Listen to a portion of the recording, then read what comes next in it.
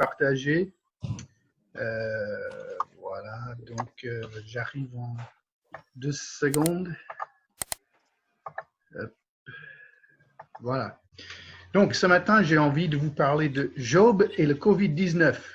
Mais le problème, c'est que le Covid-19 n'est pas dans la Bible, donc, ou proprement dit. Hein.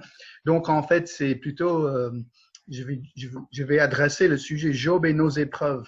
Parce que, bon, on peut dire, hein, sans trop exagérer, que ce confinement, ce qui se passe, c'est une épreuve. Bon, à la fin, hein, moi, ce n'est pas la pire épreuve sur la planète. Ce n'est pas du tout ce qui se passe dans certains pays avec l'Église persécutée. Et en même temps, franchement, hein, ce n'était pas un bon moment. Hein. On n'était pas, on n'a pas entendu les infos à chaque jour à la télé ou à la radio avec la joie. Même si on peut dire que franchement, hein, aussi à Rochefort, aussi à Étré, et bon, je n'ai pas des nouvelles de toutes les églises de notre coin, mais je n'ai pas encore entendu qu'il y avait des décès. Hein, donc, de quelque part, on peut dire merci Seigneur. Et en même temps, il faut qu'on dise, hein, c'est indiscutable. Il y avait des chrétiens touchés par cette maladie et je suis persuadé qu'il y avait des chrétiens carrément morts aujourd'hui à cause de ce virus. Bon, après, il y a des chrétiens qui partent au ciel chaque jour. C'est encore, mais quand même, ce qu'on vit, c'est une épreuve. Mais moi, j'ai envie donc de prendre le premier 2 chapitres de Job. Et en fait, on va voir 3 niveaux des épreuves. Et c'est dans ces chapitres-là qu'on voit aussi, chapitres 1 et 2, que les épreuves sont présentées dans 3 niveaux ou 3 manières. Donc, on commence avec le niveau humain. Ce n'est pas compliqué. Donc, en fait, je fais descendre vite fait l'écran là, donc comme ça, je vois aussi les versets. Donc, à partir de Job, chapitre 1, verset 14-15, on a un messager arriva chez Job et lui dit « Les bœufs étaient en train de labourer et les ânesses se trouvaient à un pré non loin de là. Quand les Sabins se sont précipités sur eux, ils les ont enlevés, passant tes domestiques aux filles de l'épée. J'étais le seul à m'échapper pour t'en avertir. » Donc, l'épreuve humaine commence. Job va perdre certains de ses biens et il a les domestiques, ses employés, si on veut parler comme ça, qui sont carrément mis à mort. Et en même temps que ça arrive, le premier messager n'avait même pas fini de parler quand un autre arriva pour annoncer. La foudre est tombée du ciel sur les troupeaux de moutons et sur tes domestiques. Elle a tout consommé. J'étais le seul à pouvoir m'échapper pour t'en avertir. Donc, mettez-vous dans la place de Job. La première chose qui tombe, on dit « Ah, ce n'est pas génial. Hein? Juste au niveau humain, ça m'arrive, c'est pas ce que je souhaite. Et d'un coup, il a la deuxième épreuve et il n'avait pas fini de parler quand un autre arriva pour annoncer. Les Chaldiens ont formé 3 bandes qui se sont jetés sur les chameaux et les ont levés. Passant tes domestiques aux filles de l'épée, j'étais le seul à pouvoir m'échapper pour t'en avertir. Donc 3 coups et encore un autre. Il n'avait pas encore parlé quand un autre arriva pour annoncer. Tes enfants étaient occupés à manger et boire chez leur frère aîné. Quand un ouragan survenant du désert a heurté violemment les 4 coins de la maison s'est effondrée et les jeunes gens sont morts. J'étais le seul à m'échapper pour t'en avertir. Et là, on voit, jusque-là, on dit c'est le total, c'est le plus gros coup là, le plus dur. Parce que là, il perd ses enfants. Et ensuite, on va dans le deuxième chapitre. Il frappa Job d'une méchante maladie de peau, depuis la plante des pieds jusqu'au sommet du crâne. Job s'assit au milieu du tas de cendres et ramassa un débris pour se gratter. Qu'est-ce qu'on voit? On voit que Job a été touché dans ses biens. dans la vie, il a perdu les employés, les domestiques et ses propres enfants. Et finalement, sa vie était touchée au niveau de sa santé. Et aujourd'hui, chers amis, je vous promets, chacun de vous, vous êtes touchés avec ces choses-là aussi. Jésus est très clair. La pluie tombe sur les méchants et les bons. Hein. Dieu donne une certaine bénédiction, mais aussi chacun, un méchant ou un bon, un juste, est aussi touché par la maladie, par la mort et par la perte de ses biens. Et en fait, si on pense où sont vos arrière-grands-parents, ben, on est tous touchés. Hein. C'est inévitable. À un moment donné ou l'autre dans la vie, on va toucher à ces trois niveaux-là. Donc, on regarde les infos à midi, on regarde les infos à 20h, et en tout cas, c'est toujours la même chose. Il y a un être humain, une femme, un homme qui s'adresse, qui parle au pays, qui annonce les mauvaises choses. À la base, ça c'est les infos. Hein. Je n'ai jamais regardé à 13h TF1 avec la première histoire. Aujourd'hui en France, tout va bien, il n'y a pas de problème. Jamais, jamais, jamais. Ça sera toujours le cas. Ensuite, ce qu'on voit, c'est que aussi le fait que c'est au niveau humain, 9 fois sur 10 avec le média, 9 fois sur 10 dans notre monde, les solutions viennent aussi des hommes et des femmes. Il faut dire ça, hein, que le Covid-19 n'a pas poussé toute la France à se tourner vers Dieu. C'est triste, c'est regrettable, mais on voit que à la base, quand on regarde Job, il y a des problèmes qui touchent toute l'humanité. Ensuite, il y a un autre niveau, une autre couche là avec l'histoire de Job, c'est l'ennemi. Donc, dans Job chapitre 1, verset 6, ça nous dit « Or un jour que les anges de Dieu venaient faire leur rapport au Seigneur. Le Satan, l'accusateur. » Donc, je prends 2 secondes pour parler de ce mot-là. Littéralement traduit dans l'hébreu, c'est le ennemi. Donc, après 25 ans en France, je sais c'est l'ennemi, hein, c'est pas le. Bon, on peut dire le ennemi, mais bon, quand je dis le, c'est parce que c'est L majuscule, E majuscule, c'est un titre. Donc, proprement dit, le Satan, c'est son titre, c'est pas un prénom. C'est la traduction directe de le ennemi, l'accusateur, qui se présenta parmi eux, lui aussi. Ensuite, et vous voyez, hein, j'ai sauté quelques versets exprès, on va revenir après, mais donc, Satan répondit à l'Éternel. Donc, Dieu a dit quelque chose. Et là, on va voir dans le prochain point. Satan dit, est-ce de façon désintéressée que Job craint Dieu? Et voilà l'accusation. Et quand il dit là, façon désintéressée, c'est littéralement, il accuse Job d'être obéissant parce que il est trop protégé. Il est trop béni.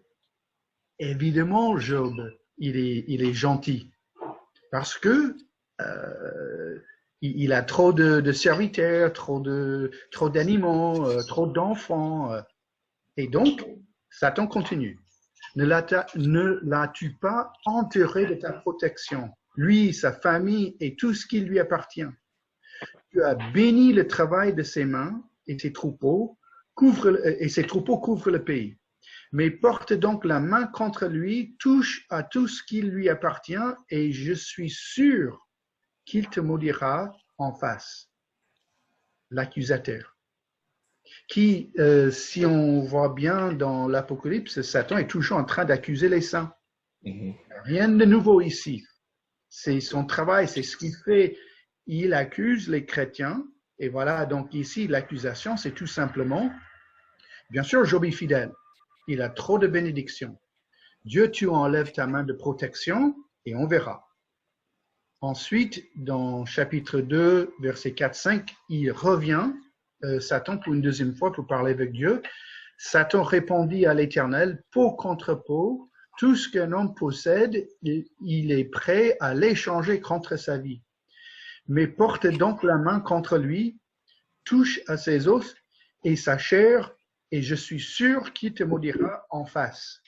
Donc, la petite blague à part, mais on me dit, hein, je ne peux pas vérifier, mais on me dit quand un homme devient malade, donc je parle de quelqu'un de masculin, quand il a un rhume ou la grippe, il devient un gros bébé. C'est ce qu'on m'a dit, hein. Donc, je n'accuse personne. Denise, Sylvie, après on peut en discuter, hein, mais en fait, la raison pour la blague, c'est parce que ce que Satan dit ici n'est pas banal. Tu peux toucher tout ce qu'un homme possède, il va continuer, c'est son accusation. Tu touches sa peau, tu touches sa santé. Et donc, Gilbert, je ne sais pas pour toi, je suppose que tu as vécu cette expérience, mais quand tu as quelqu'un dans l'assemblée qui vit la douleur continuelle, c'est extrêmement difficile. Et vraiment, ça me peine aujourd'hui de penser à certaines personnes âgées qui étaient ici à La Rochelle autrefois, mais chaque jour, c'était encore une vie face à quoi? La douleur. Donc, ce n'est pas banal ce que Satan dit ici. Mais encore, il fait une accusation. Donc, Satan se retira à l'heure de la présence de l'Éternel, puis il frappa Job. Chapitre 2, 7. Donc, on a traité le niveau humain. Tout le monde souffre. Là, on commence d'entrer dans le spirituel. On commence de parler de Satan.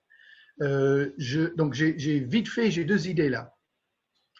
D'abord, en fait, c'est biblique parce que c'est dans la Bible et c'est la parole de Dieu. Et donc, nous savons que Satan existe et qu'il est notre accusateur, notre ennemi. Et en fait, c'est du vrai. C'est un enseignement solide, là. Parce qu'en fait, on a plein d'autres passages de la Bible qui disent nous avons notre ennemi, c'est Satan.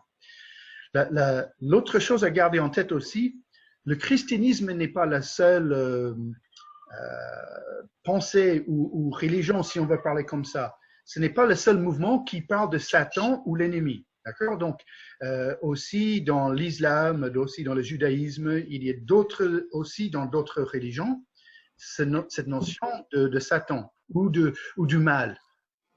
Mais nous disons, mais nous avons la parole de Dieu, donc nous voyons la vérité. Ce n'est pas ma vérité, ce n'est pas votre vérité, c'est la vérité de Dieu.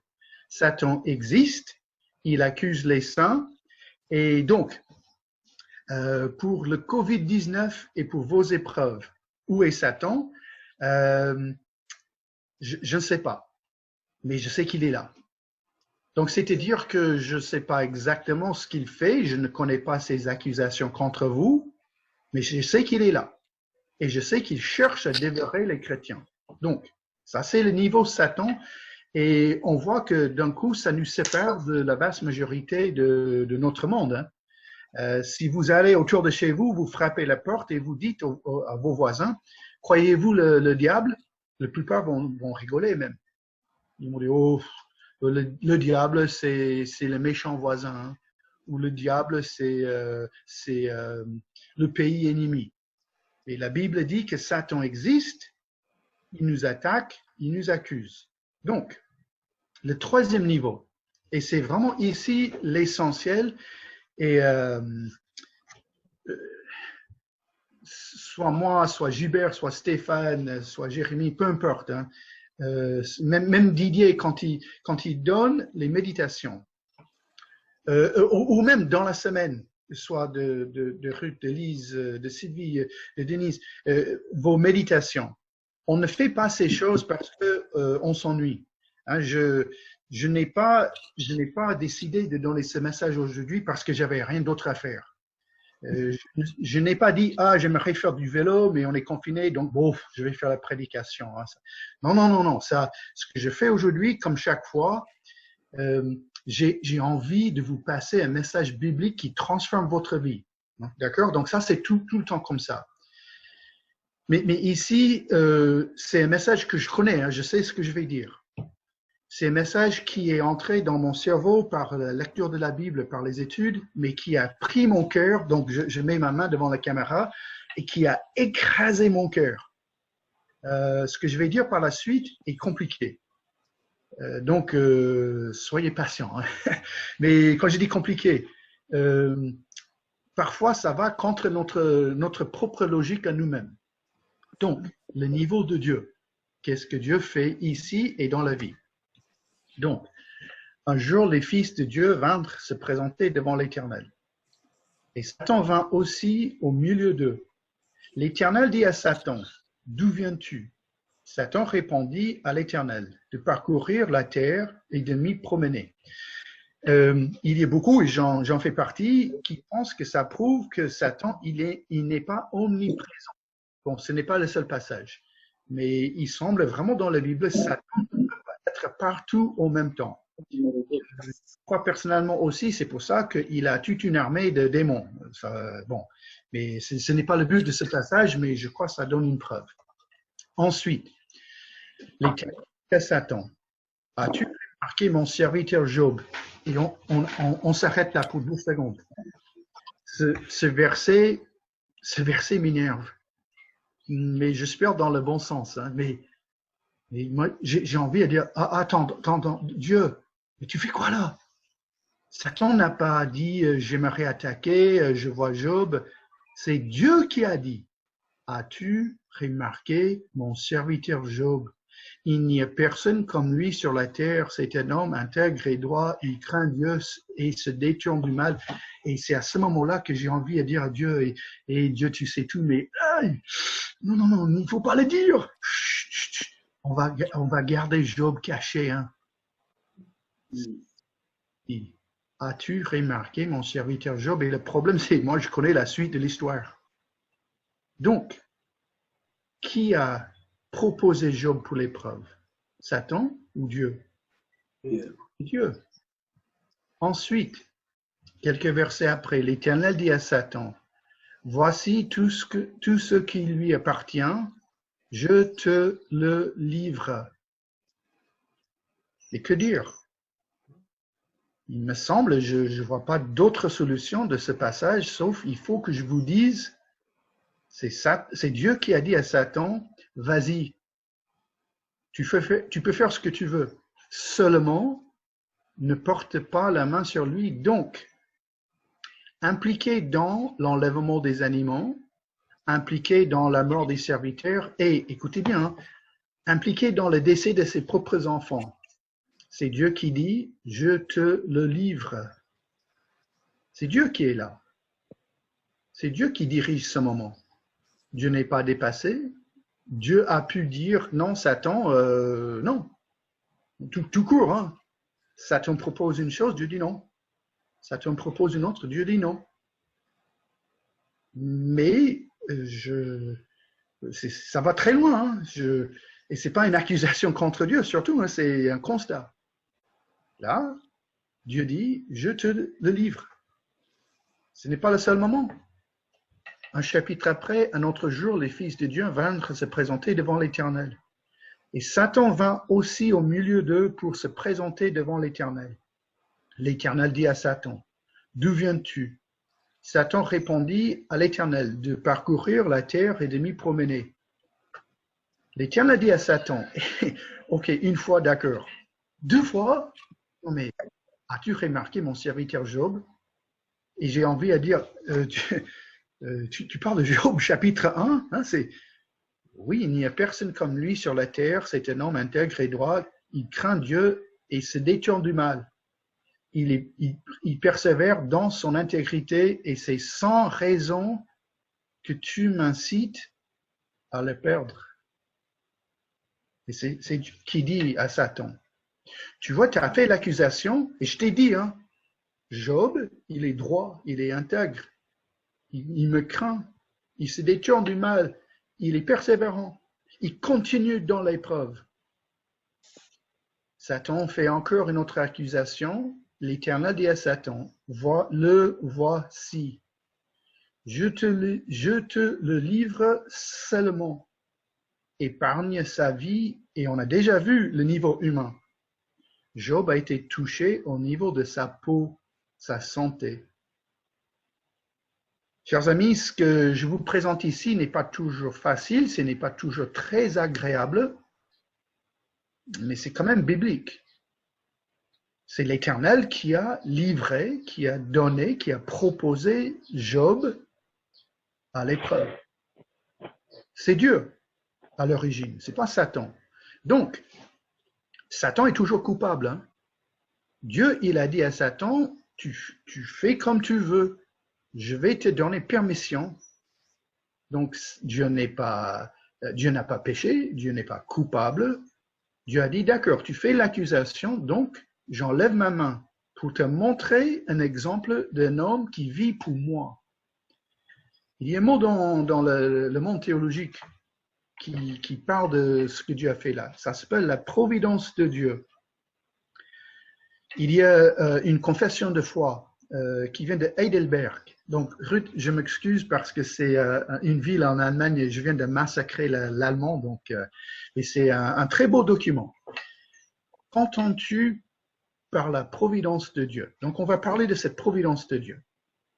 La force toute puissante et partout présente de Dieu, par laquelle il maintient et conduit comme par la main le ciel et la terre avec toutes les créatures, de sorte que les herbes et les plantes, que la pluie et la sécheresse, que les années de fertilité et celles de stérilité, le manger et le boire, la santé et la maladie, la richesse et la pauvreté.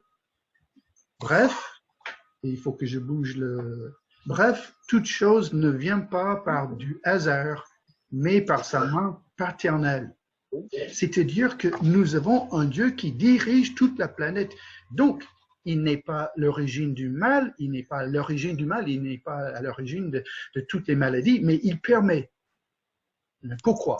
Mais ça m'intéresse pas. Hein. Quelqu'un peut dire ça. À quoi nous sert-il de connaître la création et la providence de Dieu? Quand on voit cette providence, à être patient dans l'adversité, reconnaissant dans la prospérité et à garder confiance, quoi qu'il arrive, en notre Dieu et Père fidèle. Aucune créature ne peut nous séparer de son amour puisqu'il les tient toutes tellement dans sa main qu'elles ne peuvent agir ni se déplacer sans sa volonté. Amis, vous, aujourd'hui, vous avez un Dieu tout-puissant. Un Dieu qui met en place sa providence, c'est-à-dire qui gère toutes choses de nos vies, dans nos vies. Donc, c'est-à-dire Dieu n'est jamais dépassé. Il n'y avait jamais un moment quand Job était touché où Dieu il a mis sa tête dans sa main, il a dit aïe aïe aïe, mais qu'est-ce qui se passe? Je comprends rien. Jamais. Et quand le Covid-19 a touché la Chine et la France et le monde entier, Dieu n'a pas jeté ses mains dans l'air en disant « Oh, mais qu'est-ce qu'ils ont fait les hommes ?» Il savait déjà. Et c'était déjà dans son plan. Donc, si vous avez un Dieu comme ça, si moi j'ai un Dieu comme ça, si nous avons notre Dieu tout-puissant qui gère toutes choses dans la vie, quelle est notre réponse? Parce que je vais vous montrer la réponse de Job. Job dit, donc, à la fin de la première épreuve, dans chapitre 1, versets 20 à 22, Job se leva alors, déchira son manteau et se rasa la tête, puis il se jeta par terre, se prosterna et dit, c'est nu que je suis sorti du ventre de ma mère, c'est nu que je répartirai, l'Éternel a donné, l'Éternel a repris, que le nom de l'Éternel soit béni. Dans tout cela, Job ne pécha, il n'attribua rien d'inapproprié à Dieu. Donc, voilà encore mon problème. Moi, je connais toute l'histoire. Moi, j'ai vu derrière le rideau. Job n'était pas au courant de cette conversation entre Satan et Dieu. Moi, je sais comment ça s'est passé. Voilà donc ma tendance. L'Éternel a donné, Satan a repris. Donc, ok, d'accord, béni soit le nom de l'Éternel, mais on va attaquer Satan. Hein? Je vais mener le combat contre lui. Et je vais vous montrer après, ce n'est pas anti-biblique de faire un combat contre Satan, mais Job, sa première réponse suite à l'épreuve. Bon, d'abord, c'est le deuil. Il déchirait sa montre. Il est un être humain, il a des émotions.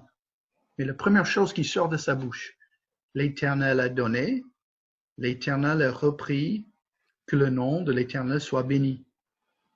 C'est absolument énorme ce qu'il fait là. Il fait preuve d'une bonne doctrine de la providence de Dieu. Dieu m'a donné, Dieu a décidé de reprendre la chose. Merci Seigneur, que ton nom soit béni. Quand il était touché avec la maladie, chapitre 2, mais Job lui répondit, « Tu tiens la langue d'une folle. Nous acceptons le bien de la part de Dieu et nous n'accepterons pas aussi le mal. » Dans tout cela, Job ne pécha pas par ses lèvres.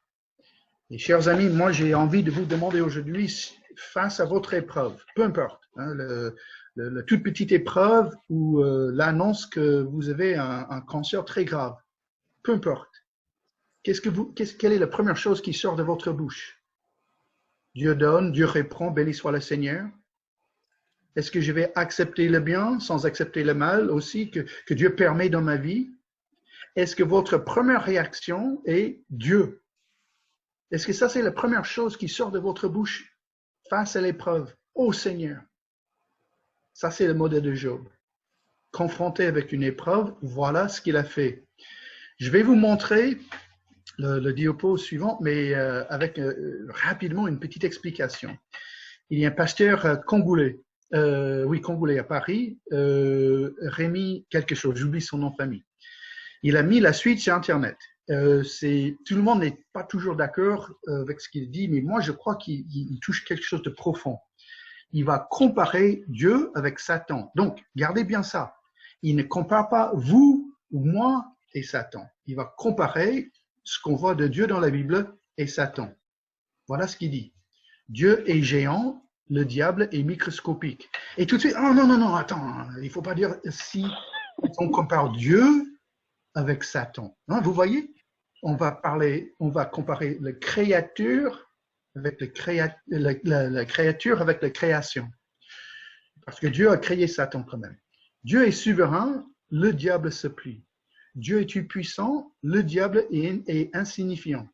Dieu règne, le diable est un pantin. Dieu décide, le diable se soumet.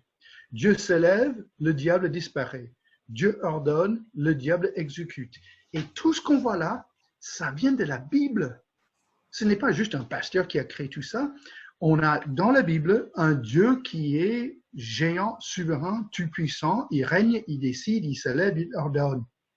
Il n'y a rien d'autre comme lui. Donc, au lieu de mettre le mot diable là, on peut mettre le mot marque. On peut mettre votre nom là.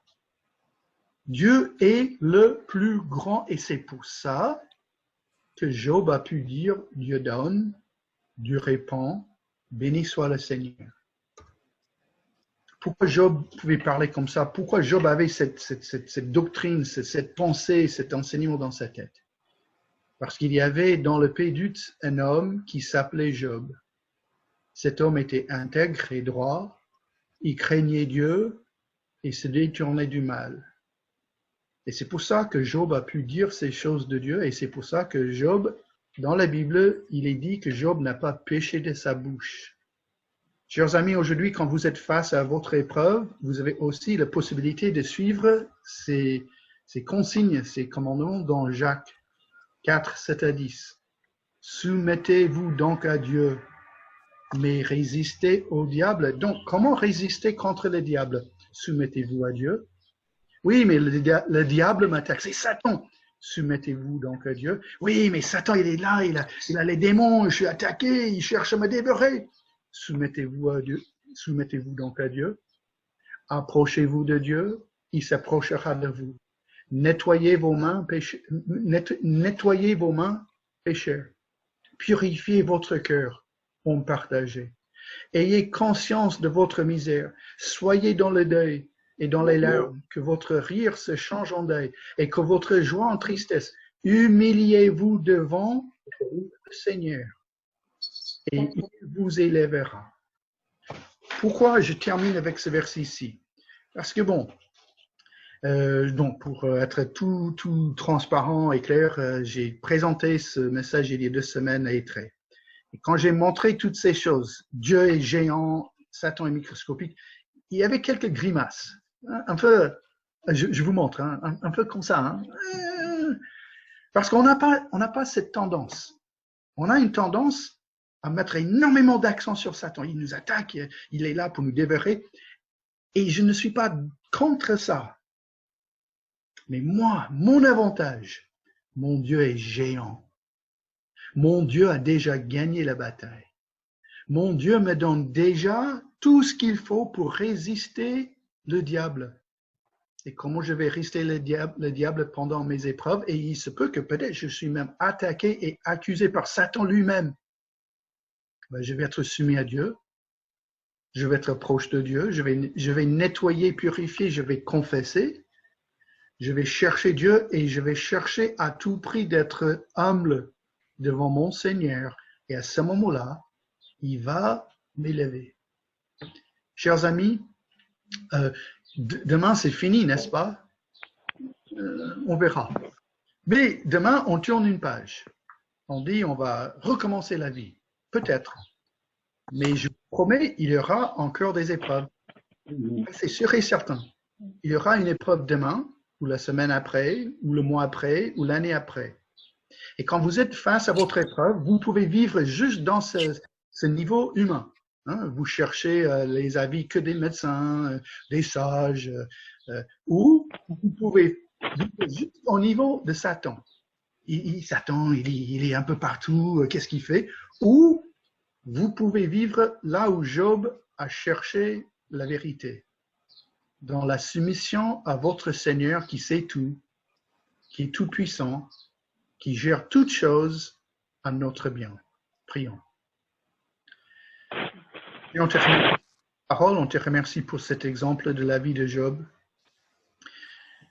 Seigneur, il y a d'un côté de mes pensées ce fort désir, Seigneur, de prier qu'on ne soit plus touché par les épreuves. Seigneur, j'ai envie de prier pour mes frères et sœurs en Christ, que de bonheur, que de bons moments et jamais le moindre de problèmes et de soucis. Et Seigneur, je suis persuadé que ce n'est pas aussi dans ton plan. Seigneur, tu veux aussi qu'on soit proche, Seigneur, de toi, que tu veux, Seigneur, qu'on manifeste ta gloire pendant les moments de nos épreuves. Donc, Seigneur, je ne te demande pas juste d'enlever toutes les épreuves, mais Seigneur, je te demande de nous donner la sagesse pour qu'on puisse vivre ces épreuves à ton honneur et ta gloire. Seigneur, je prie que tu puisses être élevé dans nos vies, pendant que, Seigneur, que parfois on est abaissé. Et donc, Seigneur, on prie simplement que nous puissions proclamer ta gloire, ton nom, ton honneur et ton évangile, Seigneur, partout. On prie ces choses au nom de Seigneur Jésus. Amen. Amen.